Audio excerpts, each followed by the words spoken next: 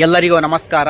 ನಾನು ಚೆನ್ನಾಗಿದ್ದೀನಿ, ನೀವು ಚೆನ್ನಾಗಿರಂತ ನಾನು ಭಾವಿಸ್ತಾ, ಕರ್ನಾಟಕದ ಪ್ರಸಿದ್ಧವಾದ ಜಾತ್ರೆಗಳಲ್ಲಿ ಇದು ಸಹ ಒಂದು.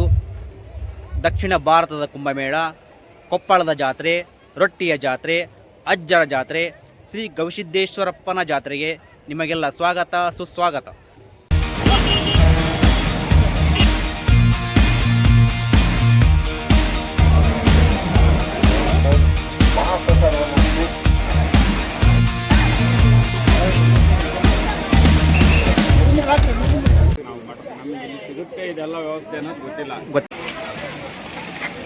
ನಾನಿವತ್ತು ಈ ವಿಡಿಯೋದಲ್ಲಿ ಜಾತ್ರೆಯ ದಿನ ಅಂದರೆ ರಥೋತ್ಸವ ಏನು ಹೇಳುತ್ತೆ, ಇವತ್ತಿನ ದಿವಸ ಇಲ್ಲಿ ಪ್ರಸಾದ ವ್ಯವಸ್ಥೆ ಯಾವ ರೀತಿ ಮಾಡಿದರೆ, ಏನು ಪ್ರಸಾದ ಇದೆ, ಯಾವುದು ಸ್ಪೆಷಲ್ ಇದೆ ನೋಡ್ಕೊಂಬರೋಣ. ಎಂಡ್ವರೆಗೆ ಸ್ಕಿಪ್ ಮಾಡದೆ ಈ ವಿಡಿಯೋ ನೋಡಿ. ಅಜ್ಜನ ಜಾತ್ರೆಗೆ ಬರೋ ಎಲ್ಲ ಭಕ್ತಾದಿಗಳಿಗೆ ಎಷ್ಟೇ ಲಕ್ಷ ಬಂದ್ರೂ ಅವರಿಗೆಲ್ಲ ಪ್ರಸಾದ ವ್ಯವಸ್ಥೆ ಮಾಡಿರ್ತಾರೆ.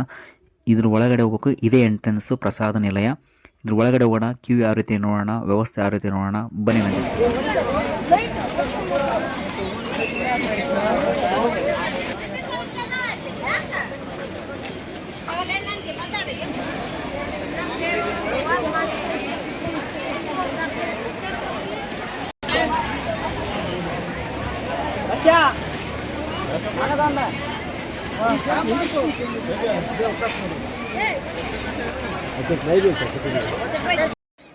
ಅಷ್ಟು ಲಕ್ಷ ಬಂದ ಭಕ್ತಾದಿಗಳಿಗೆ ಪ್ರಸಾದ ವ್ಯವಸ್ಥೆ ಮಾಡೋದು ಅಷ್ಟು ಸುಲಭದ ಮಾತಲ್ಲ. ಹಂಗಾಗಿ ಇಲ್ಲಿ ನೀಟಾಗಿ 3-4 ರೌಂಡ್ ಹಾಕ್ಕೊಂಡು ಹೋಗ್ಬಿಟ್ಟು ಮೊದಲು ತಟ್ಟಿ ತಗೊಂಡು ಸ್ವೀಟ್ ಕಡೆಗೆ ಹೋಗ್ಬೇಕು. ಬನ್ನಿ ಹೋಗೋಣ ಸ್ವೀಟ್ ಕಡೆಗೆ.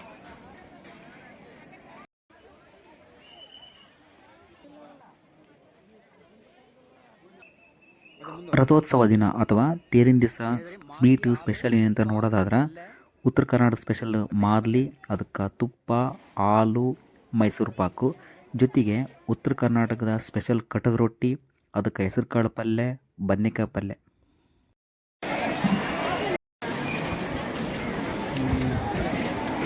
ಸರ್ ನಮಸ್ಕಾರ, ನಿಮ್ಮೂರು ಯಾವುದು? ಚನ್ನಗಿರಿ ಸರ್, ದಾವಣಗೆರೆ ಡಿಸ್ಟಿಕ್ಕು ಚನ್ನಗಿರಿಯಿಂದ ಬಂದಿದ್ದೀರಾ? ಈ ಜಾತ್ರೆ ನೋಡೋಕ್ಕೋಸ್ಕರ ಬಂದಿದ್ದೀರಾ? ಯಾವಾಗ ಬಂದ್ರಿ ನೀವು ಇಲ್ಲಿಗೆ? ರಾತ್ರಿ ಬಂದಿದ್ವಿ. ನಿನ್ನ ರಾತ್ರಿ ಬಂದಿ. ಎಲ್ಲಿ ಉಳ್ಕೊಂಡಿದ್ರಿ? ರೂಮ್ ಮಾಡ್ಕೊಂಡು ಮಾಡಿದ್ವಿ. ಓಕೆ ಸರ್, ರೂಮ್ ವ್ಯವಸ್ಥೆ ಎಲ್ಲ ಹೆಂಗಿದೆ ಮಠದಲ್ಲಿ?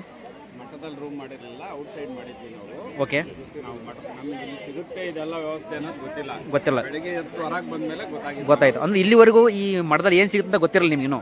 ಏನು ಗೊತ್ತಿರಲಿಲ್ಲ ಸರ್. ಏನು ಅನಿಸುತ್ತೆ, ನೀವು ಫಸ್ಟ್ ಟೈಮ್ ಅಷ್ಟು ದೂರಿಂದ ಬಂದಿದ್ದೀರಾ, ಚನ್ನಗಿರಿಯಿಂದ ಬಂದಿದ್ದಾರೆ, ಏನು ಅನಿಸುತ್ತೆ ನಿಮಗೆ? ಚೆನ್ನಾಗಿದೆ, ಚೆನ್ನಾಗಿ ವ್ಯವಸ್ಥೆನೂ ಮಾಡಿದ್ದಾರೆ. ಓಕೆ, ಇಷ್ಟೊಂದು ಜನಕ್ಕೆ ಇಷ್ಟೊಂದು ವ್ಯವಸ್ಥೆ ಮಾಡೋದೇ ದೊಡ್ಡದು. ಓಕೆ, ಚೆನ್ನಾಗೇ ಮಾಡಿದ್ದಾರೆ ವ್ಯವಸ್ಥೆನ.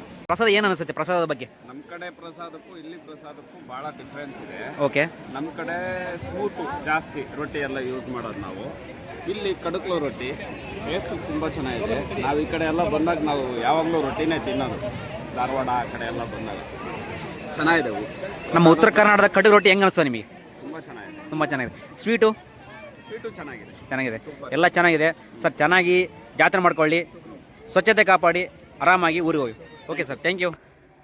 ಸ್ವೀಟು ರೊಟ್ಟಿ ತಿಂದ ಮೇಲೆ ನೆಕ್ಸ್ಟ್ ಕೌಂಟರ್ನಲ್ಲಿ ಅನ್ನ, ಸಾಂಬಾರು ಜೊತೆಗೆ ಉಪ್ಪಿನಕಾಯಿ ನೀಡೋದನ್ನು ನೀವಿಲ್ಲಿ ನೋಡ್ಬೋದು. ಈಗ ರಥೋತ್ಸವ ದಿನ ಇಲ್ಲಿ ಏನು ಸ್ಪೆಷಲ್ ಪ್ರಸಾದ ಇತ್ತಂತ ನೀವು ನೋಡಿದ್ರಿ.